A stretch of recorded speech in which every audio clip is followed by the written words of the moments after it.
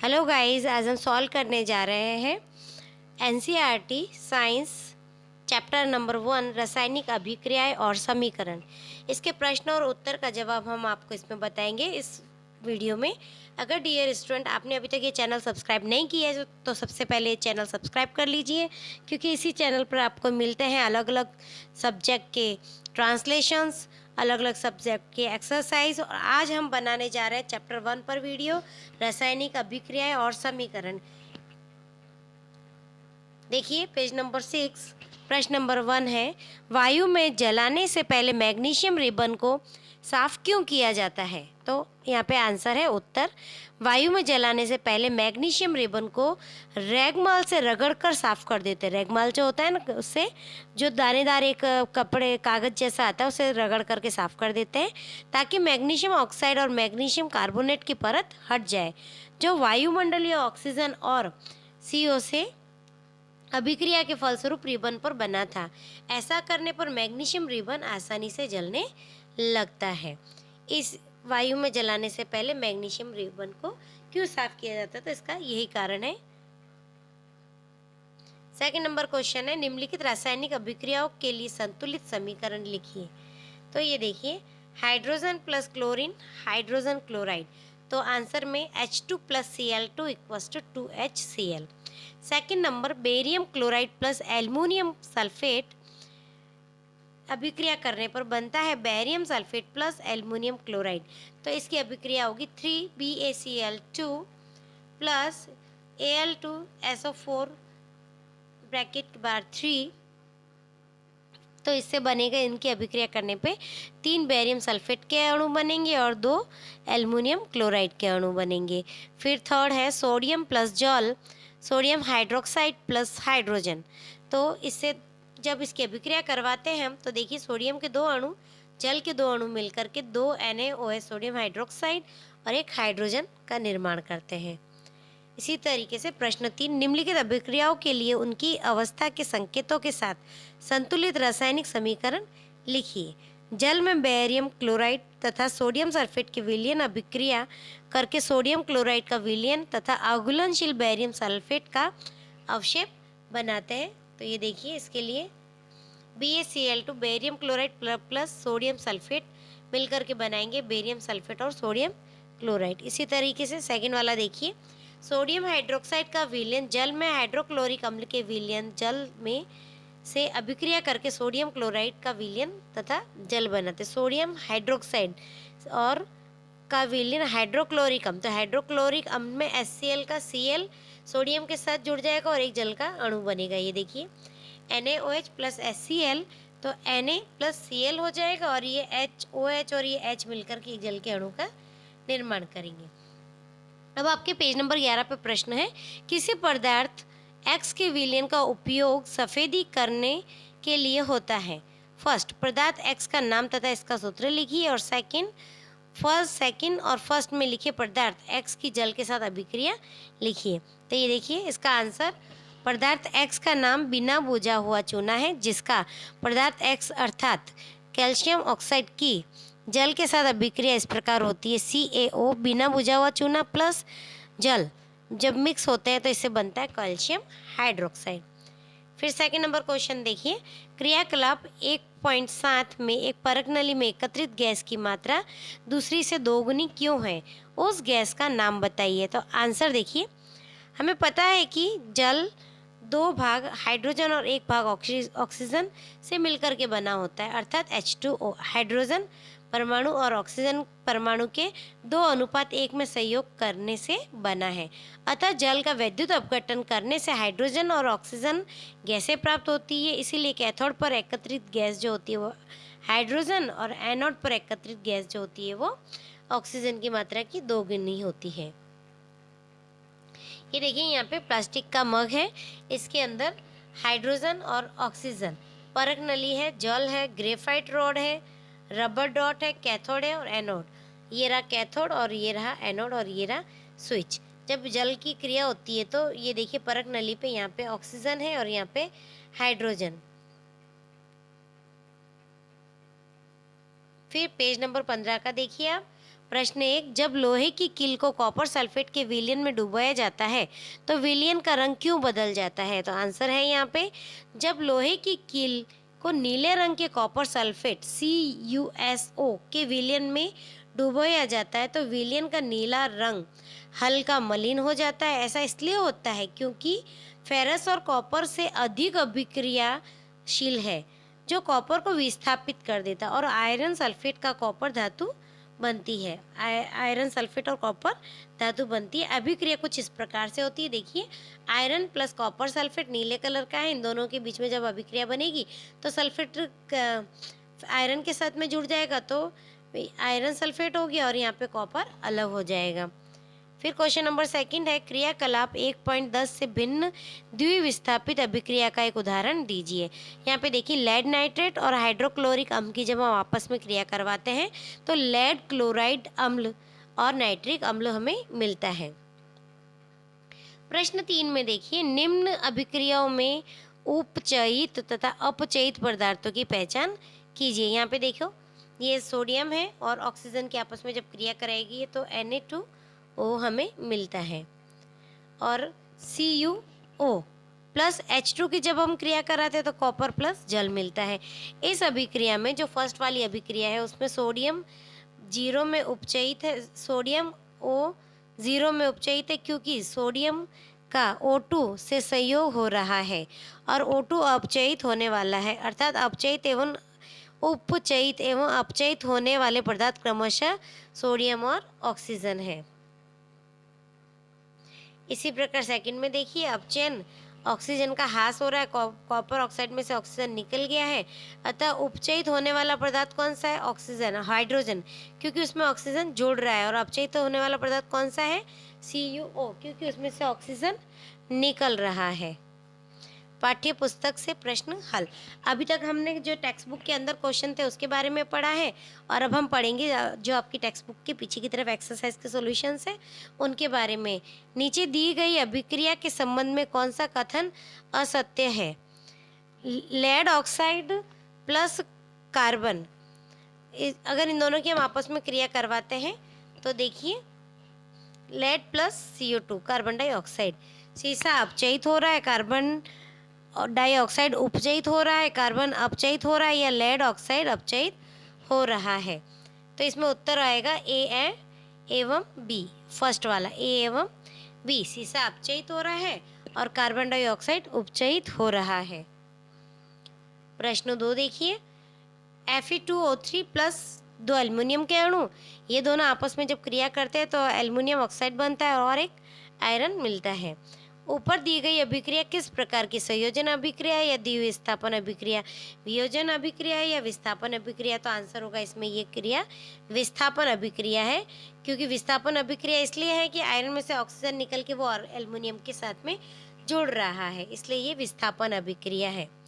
एक तत्व दूसरे तत्व के साथ संयोग कर रहा है। प्रश्न 3, लोह चूर्ण पर तनु हाइड्रोक्लोरिक अम्ल डालने से क्या होता है? सही उत्तर पर निशान लगाइए। A, हाइड्रोजन गैस एवं आयरन क्लोराइड बनता है। B, क्लोरीन गैस एवं आयरन हाइड्रोक्साइड बनता है। C, कोई अभिक्रिया नहीं होती है। D, आयरन लवण एवं जल बनता है। तो उत्तर होगा हाइड्रोजन गैस एवं आयरन क्लोराइड बनता है। प्रश्न 4, संतुलित रासायनिक समीकरण क्या है? रासायनिक समीकरण को संतुलित करना क्यों आवश्यक है? तो जवाब देखिए इसका, जब किसी रासायनिक समीकरण के विभिन्न तत्वों के परमाणुओं की संख्या बाई और LHS तथा दाई और RHS में बराबर होती है तो उसे संतुलित रासायनिक समीकरण कहते हैं, अर्थात अभिकारकों में तत्वों के कुल परमाणुओं की संख्या बराबर उत्पादों में तत्वों के कुल परमाणुओं की संख्या। रासायनिक समीकरण को संतुलित करना इसलिए आवश्यक होता है क्योंकि किसी भी रासायनिक अभिक्रिया के द्रव्यमान का न तो निर्माण होता है न ही विनाश, अर्थात उत्पाद तत्वों का कुल द्रव्यमान बराबर अभिकारक तत्वों का कुल द्रव्यमान, अतः रासायनिक समीकरण में द्रव्यमान के संरक्षण नियम का पालन होता है। प्रश्न 5, निम्न कथनों को रासायनिक समीकरण के रूप में परिवर्तित कर उन्हें संतुलित कीजिए। नाइट्रोजन हाइड्रोजन गैस से संयोग करके अमोनिया बनाता है। B, हाइड्रोजन सल्फाइड गैस का वायु में दहन होने पर जल एवं सल्फर डाइऑक्साइड बनाता है। सी, एल्युमिनियम सल्फेट के साथ अभिक्रिया कर बेरियम क्लोराइड एल्युमिनियम क्लोराइड एवं बेरियम सल्फेट का अवक्षेप देता है। डी, पोटेशियम धातु जल के साथ अभिक्रिया करके पोटेशियम हाइड्रोक्साइड एवं जल गैस देती है। तो ये देखिए इनके जवाब है, इनकी सबकी अभिक्रिया यहाँ पे लिखी गई है। हाइड्रोजन प्लस नाइट्रोजन अमोनिया बन गया है और H2S plus 3O2 equals to जल और सल्फेट। फिर तीसरा barium chloride plus aluminium sulphate equals to, जब यहाँ पे विस्थापन हो जाएगा तो एल्युमिनियम क्लोराइड और BaSO4 मिलेगा। फिर पोटेशियम प्लस जल का जब हम अभिक्रिया करवा रहे हैं तो पोटेशियम हाइड्रोक्साइड और हाइड्रोजन मिल रहा है। ये इनकी अभिक्रिया है, आप नोट डाउन कर लीजिएगा डियर स्टूडेंट। इसी के साथ है प्रश्न 6, निम्न रासायनिक समीकरणों को संतुलित कीजिए। अभी देखिए ये जो रासायनिक समीकरण है इनको संतुलित करना है। तो ए देखिए HNO3 CaOH2 CaNO3 अभिक्रिया करके कैल्शियम नाइट्रेट बनाता है और जल बनाता है। इसको समीकरण को संतुलित कैसे करेंगे, तो यहाँ पे HNO3 के 2 अणु होंगे और CaOH2 ये एज इट इज़ रहेगा। फिर यहाँ पे CaNO3 और जल के 2 अणु होंगे, क्योंकि हाइड्रोजन यहाँ पे 2 है तो यहाँ पे 2 हाइड्रोजन और ये वाले 2 हाइड्रोजन मिलकर के 4 हाइड्रोजन होते हैं। और ये अभिक्रिया होने पे यहाँ पे देखो 2H2O मतलब हाइड्रोजन के 4 अणु। फिर देखिए सेकंड में NaOH के 2 अणु होंगे, H2SO4 एज इट इज़ रहेगा। फिर Na2SO4 एज इट इज़ रहेगा और 2H2O जल के 2 अणु हो जाएंगे। फिर थर्ड में देखिए NaCl प्लस AgNO3, तो AgCl प्लस NaNO3 ये एज इट इज़ रहेगा। फिर BaCl2 barium chloride plus H2SO4, तो ये अभिक्रिया करके बनाएगा BaSO4 प्लस 2HCl, क्योंकि यहाँ पे हाइड्रोजन सल्फेट है और BaCl2 ये जब क्रिया करता है तो BaSO4 बन जाता है और ये HCl हाइड्रोजन के 2 अणु हैं, यहाँ पे क्लोरीन के 2 अणु हैं, तो ये दोनों मिलकर के 2HCl का निर्माण करेंगे। अब प्रश्न 7 देखिए, निम्न अभिक्रियाओं के लिए संतुलित रासायनिक समीकरण लिखिए। A, calcium hydroxide plus carbon dioxide equals to calcium carbonate plus जल। तो देखिए CaOH2 प्लस CO2 जब यहाँ पे करते हैं तो CaCO3 प्लस H2O मिलता है। सेकंड है जिंक सिल्वर नाइट्रेट, जब ये दोनों आपस में क्रिया करते हैं, ये देखिए जिंक और ये सिल्वर नाइट्रेट के 2 अणु हैं, जिंक का 1 अणु है, तो ये बनाएगा जिंक नाइट्रेट प्लस 2 सिल्वर के अणु। फिर थर्ड है aluminium plus copper chloride equals to aluminium chloride plus copper. अब देखिए एल्युमिनियम जब कॉपर क्लोराइड से क्रिया करता है तो ये Cl2 ले लेता है तो AlCl3 बन जाएगा और इधर की तरफ कॉपर अलग हो जाएगा। फिर देखिए barium chloride plus potassium sulphate, ये दोनों आपस में जब क्रिया करेंगे तो बेरियम सल्फेट और पोटेशियम क्लोराइड बनेगा। पोटेशियम क्लोराइड के 2 अणु, क्योंकि यहाँ पे पोटेशियम के 2 अणु और यहाँ पे Cl के 2 अणु हैं, इस वजह से। फिर क्वेश्चन नंबर 8 है, निम्न अभिक्रियाओं के लिए संतुलित रासायनिक समीकरण लिखिए एवं प्रत्येक अभिक्रिया का प्रकार बताइए। इसमें देखिए फर्स्ट है potassium bromide plus barium iodide. Potassium bromide plus barium iodide मिलकर के बनाएंगे पोटेशियम आयोडाइड और बेरियम ब्रोमाइड। अब देखिए इसमें पोटेशियम के साथ में आयोडाइड जुड़ रहा है, बेरियम के साथ में ब्रोमाइड जुड़ रहा है, तो ये क्या हुई, यह द्विविस्थापन अभिक्रिया का उदाहरण है। जिंक कार्बोनेट, अब जिंक कार्बोनेट 2 टुकड़ों में बट रहा है क्रिया के बाद में, तो इसे हम बोलेंगे यह वियोजन अभिक्रिया है। फिर देखिए हाइड्रोजन और क्लोरीन आपस में मिलकर के हाइड्रोजन क्लोराइड बना रहा है, यह एक संयोजन अभिक्रिया है। जब एक अणु 2 तत्वों में टूट रहा है तो उसे वियोजन बोलेंगे, और जब 2 तत्व मिलकर के अणु का निर्माण कर रहे हैं तो उसे बोलेंगे संयोजन।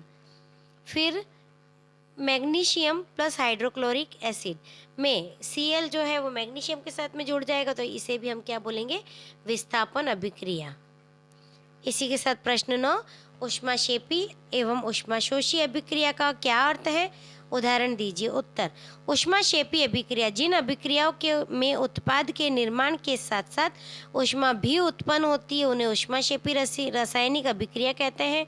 ऊष्मा उत्सर्जन को संकेत द्वारा उत्पाद की ओर लिखकर प्रदर्शित किया जाता है। उदाहरण के लिए देखिए यहाँ पे कार्बन प्लस ऑक्सीजन की जब क्रिया करा रहे तो CO2 मिल रहा है, इसमें ऊष्मा निकल रही है। फिर देखिए ऊष्माशोषी, जो ऊष्मा ग्रहण करके जो बनाता है उसे बोलते हैं ऊष्माशोषी। ऊष्माक्षेपी जिसमें अभिक्रिया के बाद में ऊष्मा निकलती है वो होती है ऊष्माक्षेपी।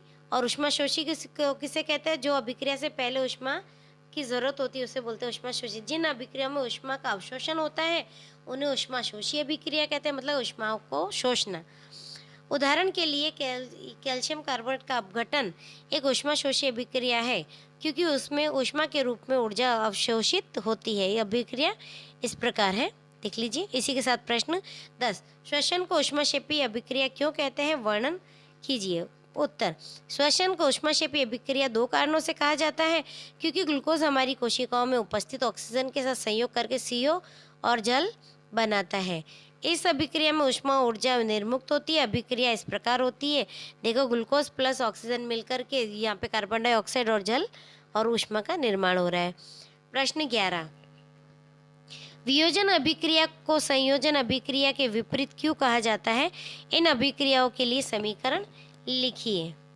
तो वियोजन अभिक्रिया में कोई अभिकारक दो या दो से अधिक उत्पादों में विघटित हो जाता है।